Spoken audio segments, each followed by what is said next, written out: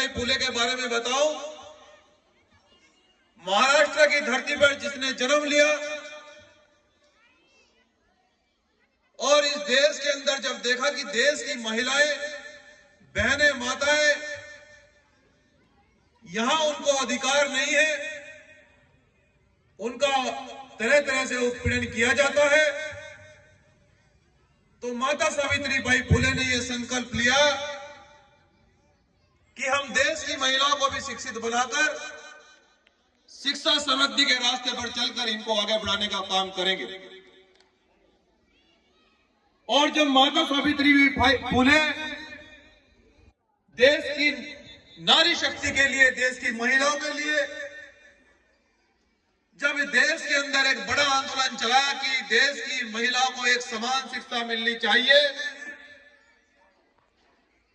जो व्यवस्था मनुवादी या मनुस्मृति में जो व्यवस्था थी कि महिलाओं को काल कोठरी में बंद रहकर जीवन यापन करना पड़ता था, महिलाओं को कोई अधिकार नहीं था, माता सावित्रीबाई फुले जी ने अपने आंदोलन के अनुसार इस देश के अंदर ये आंदोलन चलाया कि आखिर महिलाओं को अधिकार क्यों नहीं है। मैं इस देश की हुकूमत या इस देश की व्यवस्था से पूछना चाहती हूं। जब माता सावित्रीबाई फुले ने देश के अंदर यह सवाल किया कि आखिर महिलाओं को बराबर का सम्मान, बराबर का अधिकार क्यों नहीं है, और जिस देश में महिलाओं की उन्नति नहीं होती वो देश कभी तरक्की नहीं कर सकता है, ये बाबा साहब डॉक्टर अंबेडकर भी अपनी स्पीच में कहते हैं।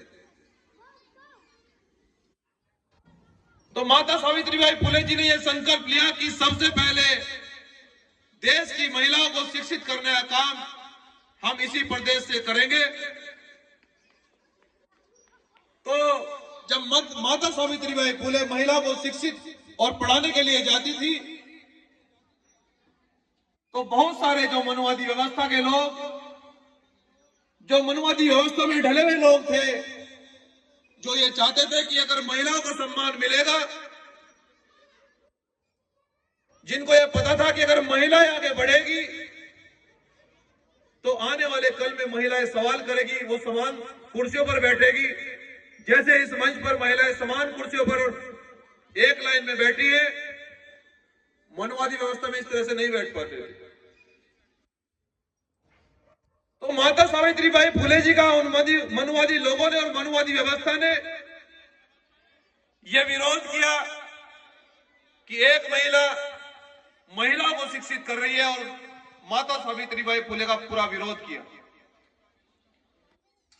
जब माता सावित्रीबाई फुले महिलाओं को शिक्षा देने के लिए जाती थी तो उन पर कंकड़, पत्थरी, बजरी, पत्थर, गोबर के उबले, कचरा, कीचड़, ये सब फेंकते थे। और आप उस महिला का साहस और बहादुरी देखिए कि जब माता सावित्रीबाई फुले को यह पता लगा कि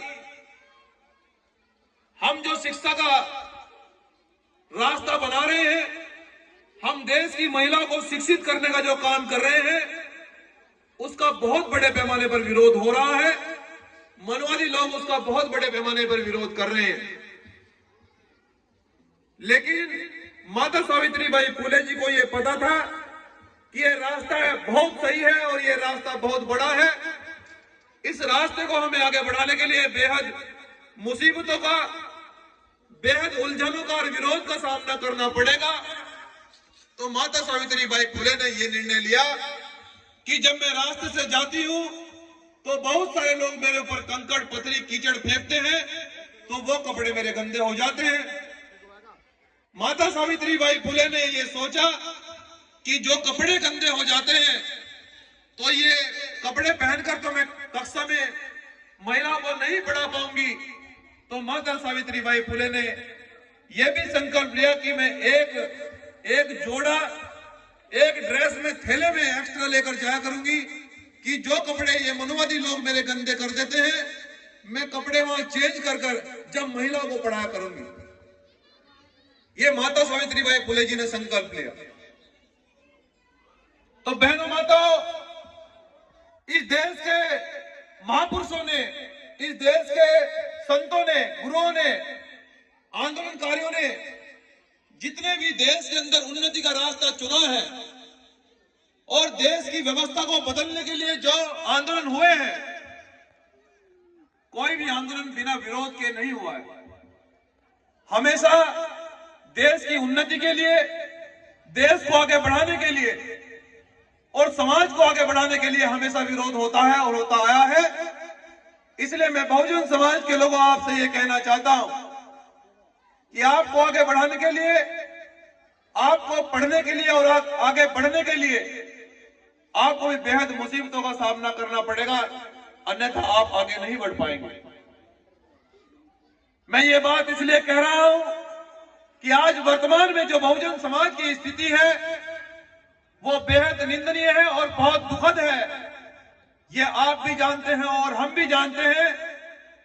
लेकिन मेरा आपसे ये बहुत बड़े पैमाने पर मैं हर जगह एक सवाल पूछता हूं कि जितने भी देश के संत और महापुरुष हुए हैं, उन्होंने अपना परिवार को, अपने घर को बलिदान देकर हमें सब अधिकार दिलाए, लेकिन उन अधिकारों को भी हम सही तरह से लागू नहीं करवा पा रहे हैं, उन अधिकारों को हम सही तरह से नहीं ले पा रहे हैं। ये बड़े दुखद और विडंबना की बात है। और ये अधिकार हमें इसलिए नहीं मिल पा रहे हैं कि बहुजन समाज के जो बुद्धिजीवी लोग हैं, जो आरक्षण की बदौलत इस देश की बड़ी बड़ी कुर्सियों पर बैठे हैं, जो वोट के और आरक्षण के दम पर इस देश के अंदर बड़े बड़े नेता हैं, वो अधिकारी और वो नेता स्वार्थी हो गए हैं। और जब आंदोलन में और मिशन में जब स्वार्थ आ जाता है तो वो आगे नहीं बढ़ पाता है। ये मैं पूरे विश्वास के साथ कह रहा हूं। बात कड़वी है लेकिन सच है। जब बाबा साहब डॉक्टर अंबेडकर इस देश के अंदर सबको समानता, बंधुता, भाईचारा, सबको समान अधिकार दे देते हैं, तो मेरा आप लोगों से एक सवाल है, तो बहुजन समाज आज भी सामाजिक और आर्थिक स्थिति से क्यों जूझ रहा है? ये मेरा बड़ा सवाल है और इस सवाल का जवाब मुझे कहीं भी नहीं मिल रहा है। अब हमें यह लगता है कि हमें इस सवाल का जवाब हमें आंदोलन के माध्यम से खुद ही खोजना होगा। जब मैं इस सवाल को बहुजन समाज के सामने करता हूं तो मुझे कोई इस सवाल का जवाब नहीं देता है कि जब बाबा साहब डॉक्टर अंबेडकर हमें सब अधिकार दे देते हैं और मान्यवर साहब काशीराम हमें बहुजन आंदोलन देकर जाते हैं, एक झोपड़ी में पले बड़े व्यक्ति हरियाणा रोपड़ की धरती से चलकर उत्तर प्रदेश में पहुंचे और देश के सबसे बड़े सूबे में आपकी सरकार बना देते हैं। लेकिन उनके जाने के बाद आज भी बहुजन समाज सरकार क्यों नहीं बना पाया, आज बहुजन समाज क्यों आगे नहीं बढ़ पा रहा है? उसका सबसे बड़ा कारण स्वार्थ और बहुजन मूवमेंट पर ईमानदारी और निष्ठा से नए काम करना है।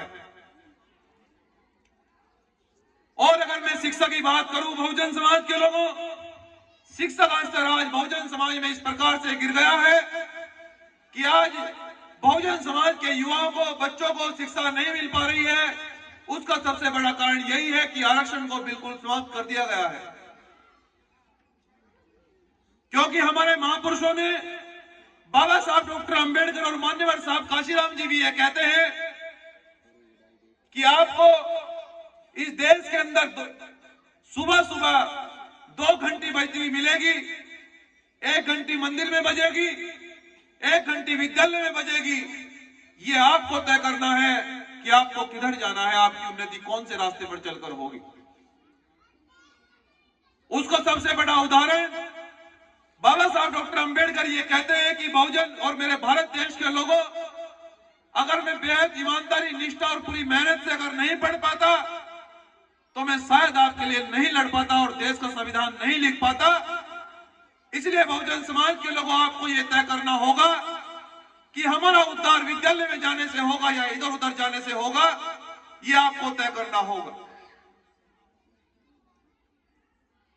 पेरियार नायकर स्वामी जी भी ये कहते हैं, नारायण गुरु जी ये कहते हैं कि 1 रोटी कम खाना लेकिन बच्चों को जरूर पढ़ाना। लेकिन आज की स्थिति यह है कि हमारे समाज की महिलाएं जब प्राइमरी में बच्चों को पढ़ने के लिए भेजती है, उन्हें यह नहीं पूछती है कि तुम्हारे बस्ते में, तुम्हारे बैग में किताब है कि नहीं है। बल्कि उन्हें यह पूछती है कि दलिए के लिए थाली रखी है नहीं रखी है। यह भी बहुत बड़ी समस्या है। ये बहुजन समाज के लोगों में यह बात इसलिए कह रहा हूं कि आने वाला समय आपके लिए बहुत दुर्भाग्यपूर्ण है। आपके अधिकारों को जिस तरह समाप्त किया जा रहा है, देश के महापुरुषों ने यह नारा दिया कि हम लोग 85% हैं, लेकिन 85% लोग पिटते भी हैं, रोज मुकदमे लिखे जाते हैं, कोई अधिकारी नहीं बच रहा है, कोई नेता नहीं बन रहा है, कोई सदन में ये नहीं कह सकता कि आरक्षण क्यों नहीं मिल रहा है, हमें अधिकार क्यों नहीं मिल रहे हैं, शिक्षा बहुजन समाज के बच्चों को क्यों नहीं मिल रहा है, किसी की हिम्मत कहने के लिए नहीं हो रही है। क्योंकि इस देश के अंदर आरक्षित सीटों पे सबसे ज्यादा एमपी एमएलए वो समझौते से चुनकर जा रहे हैं। मेरी बात को बड़े ध्यान से सुनना बहुजन समाज के लोगों। इस देश की आरक्षित सीटों पे सारे नेता एमपी एमएलए समझौते से चुनकर जा रहे हैं। उनको टिकट देने से पहले यह कहा जाता है कि संविधान की बात नहीं करोगे, बहुजन की बात नहीं करोगे, शिक्षा की बात नहीं करोगे, अधिकारों की बात नहीं करोगे। अरे हम नहीं करेंगे तो फिर कौन करेगा? बहुजन समाज के लोगों में आपसे पूछना चाहता हूं, क्या यही बाबा साहब का मिशन है? क्या यही बाबा साहब ने हमें सिखाया है? बाबा साहब जाते जाते ये कहकर गए कि मेरे भारतवर्ष के लोगों में ये कारवा इधर बेहद मुसीबतों से लेकर आया हूं। अगर आप इसको आगे नहीं ले जा पाए तो इसको पीछे भी मत जाने देना, मेरी आपसे अपील है। लेकिन मुझे यह लगता है कि जो प्रोफेसर हमारे बीच में बैठे हैं, ये तो इस कारवा को आगे बढ़ाना चाहते हैं। बहुत सारे आंदोलनकारी इस आंदोलन को आगे बढ़ाना चाहते हैं, लेकिन ये आंदोलन क्यों आगे नहीं बढ़ पा रहा है, ये चिंता का विषय है, ये चर्चा का विषय है। ये आंदोलन इसलिए आगे नहीं बढ़ पा रहा है कि आप मान लीजिए हम इस आंदोलन को बड़ी ईमानदारी से आगे बढ़ा पा रहे हैं, लेकिन गांव में, जिलों में कुछ लोग इस आंदोलन को तोड़ने का प्रयास कर रहे हैं। वो छोटे मोटे लालच में बिककर, वो विरोधियों के हाथों में खेलकर इस आंदोलन को तोड़ रहे हैं, इसलिए आंदोलन आगे नहीं बढ़ पा रहा है। बहुजन समाज के लोगों, मैं ये पीड़ा आपको इसलिए कहना चाहता हूं कि अगर अब भी हम लोग अगर नहीं समझ पाए तो आने वाला समय बड़ा भयंकर है। मैं पूरी विश्वास के साथ आपको कह रहा हूं। और बहुजन समाज के लोगों, जिस प्रकार से इस देश की व्यवस्था बनने जा रही है, चाहे वो SC ST OBC माइनॉरिटी का मामला हो, अभी देश के गृह मंत्री जी ने बयान दिया, आप जानते हैं। अभी सदन में संविधान को बदलने का प्रयास पूरा चल रहा है, आप जानते हैं। लेकिन अगर संविधान नहीं बचेगा तो बहुजन समाज के लोगों, बाबा साहब डॉक्टर अंबेडकर की पूरी मेहनत बेकार हो जाएगी और हमें कोई अधिकार नहीं मिलेगा। हमारी जिंदगी अंग्रेजों के जमाने से भी बद से बदतर हो जाएगी। ये बड़ी बात ध्यान रखना। इसलिए मैं आपको ये पूरे विश्वास के साथ कहना चाहता हूं कि हरियाणा हमारा जिगर है, हमारा दिल है। हरियाणा में हम सबसे ज्यादा लगाव रखते हैं। हरियाणा पंजाब हमारे लिए एक तरफ रहता है और पूरा देश एक तरफ रहता है, क्योंकि हरियाणा पंजाब की धरती पर बहुत सारे क्रांतिकारी, बहुत सारे नेता, बहुत सारे योद्धा, और ये क्रांतिकारी धरती है और यहाँ बड़े ईमानदार नेता और बड़े ईमानदार आंदोलनकारी हुए हैं। इसलिए हम सबसे ज्यादा लगाव हरियाणा पंजाब की धरती से रखते हैं और आपसे पूरी उम्मीद भी करते हैं कि हरियाणा पंजाब के लोग इस आंदोलन में पूरा सहयोग करके इस आंदोलन को आगे बढ़ाकर हमारा साथ देंगे और इस आंदोलन को हम पूरी मेहनत और लगन से आगे बढ़ाएंगे। मैं पूरा विश्वास भी दिलाना चाहता हूं आपको। बहुजन समाज के लोगों, जागरूक टीम ने आज ये जो कार्यक्रम रखा, मैं उनका भी पुनः धन्यवाद करना चाहता हूं।